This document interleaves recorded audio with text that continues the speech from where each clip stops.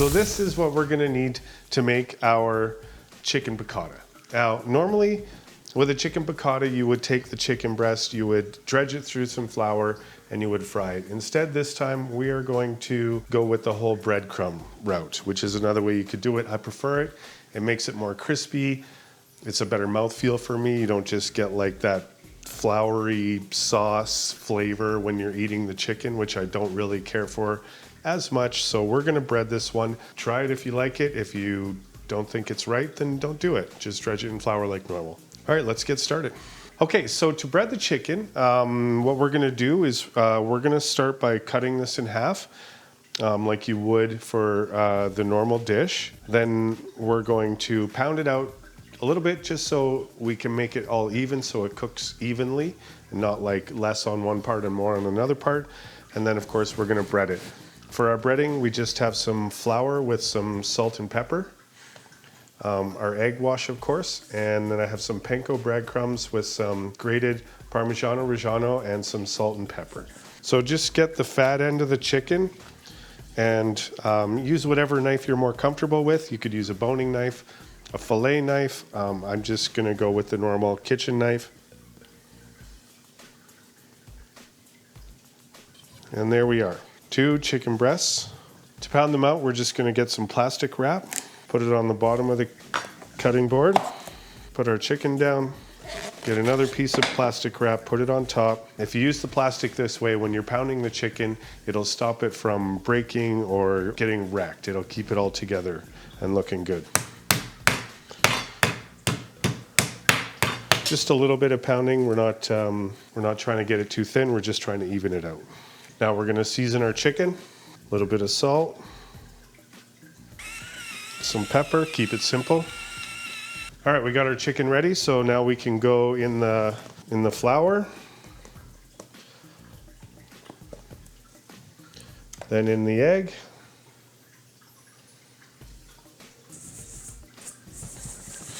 and then in our breadcrumbs.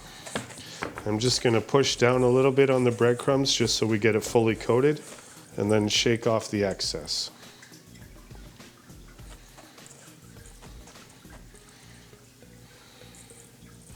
There we go, 2 pieces of breaded chicken.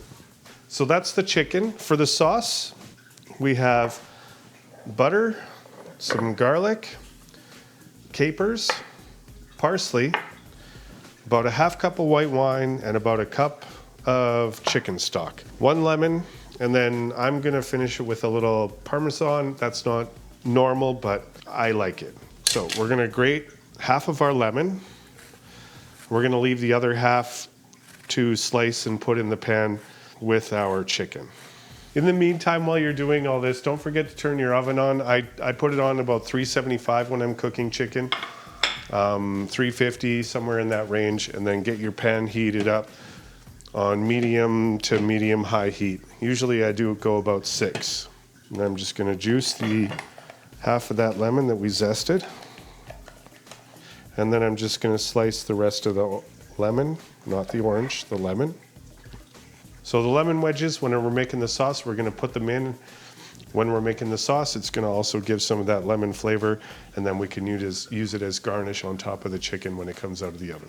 Okay, so we're gonna obviously need some chopped garlic for this. So easiest way to get that skin off is just to give your garlic a little bit of a crush, and then that skin will just come right off very easily. And there we go, our garlic is ready. I think the pan's hot enough. So we're gonna use vegetable oil for the cooking of the chicken. It's got a really high smoke point, so it won't burn. I know that seems like it might be a lot of oil, but I really wanna get all of the chicken, the breading, nice and fried evenly and not like in patches. Now, if you don't know if your oil is hot enough, the easiest way to check is get a little bit of oil or water and put it in your pan. And if it does that, you know your oil is definitely hot enough. Lay the chicken away from you so you don't get splashed with oil, and then just press down on it. Make sure we're gonna get all of that side fried. Once again, lay the chicken away from you, then just press down on it So as you can see, the chicken's getting nice and brown around the edges here. That tells me that this side is definitely cooked. Nice and golden brown. So on the first side, we were probably cooking that for about 5 to 7 minutes. The second side probably only took about 2 or 3. You can see we're already there. There's the second side. Just always cooks a lot faster, you know. So we're just gonna get those in the oven. We did cut these breasts in half and cook them, so probably don't need to put them in for very long, maybe 5 to 8 minutes. I'm not sure, somewhere in there. We'll put it on for 5, we'll check them, and then if they need more time, we'll give them more time. Okay, so we got our chicken in the oven. I just drained the oil out of the pan. If you're doing the chicken piccata the original way and you're just dredging it in flour, you want to keep some of that oil with the flour to help thicken the sauce a little bit. But in this case, for us, it was just some panko breadcrumbs, which isn't going to really work the same way, and probably they'll just burn. So I just cleaned it out. We're just going to start with a little bit of olive oil, some butter, our garlic, and we're just going to cook the garlic until we see a little bit of color forming on the garlic, a little bit of brown on the outsides. If you go too much past that, you're probably going to end up burning your garlic. So, okay, so we're just going to go in with our capers now. You can see our garlic is just starting to get some color on it, so we're good there. Pop in our wine. We're going to let that reduce by half, just to get the alcohol out and get some good flavors going, and just to thicken it, get rid of some of that water content. So the timer for the chicken is gone off, so we're just going to take it out and check the temperature, make sure it's cooked.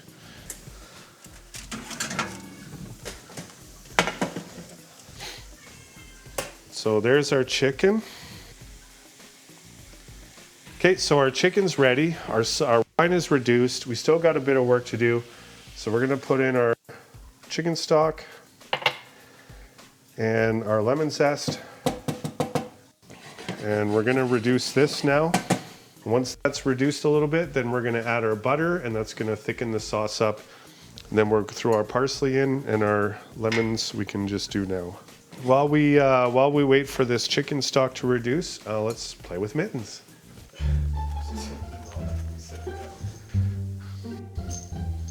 She's not amused.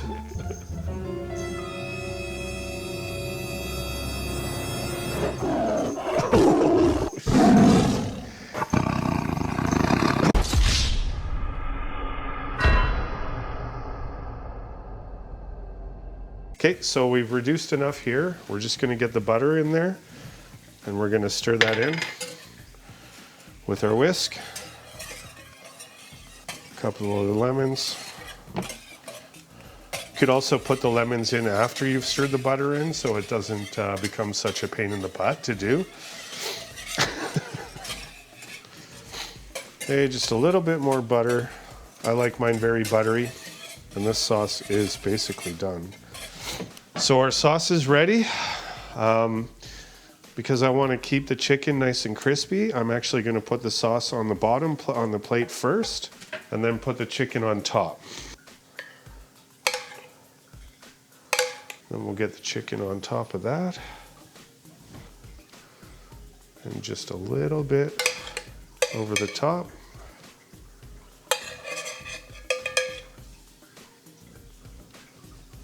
A little bit of Parmesan. Then we just want to finish the plate off with the parsley. I've seen a lot of people put it in the sauce, but I also noticed that it kind of turns all like dark colored or brown and very wilted. So I like the looks of the fresh parsley, so I'm just going to put it on top like so. And there we go. Chicken piccata with breaded chicken. Time for the taste test. Mm-hmm.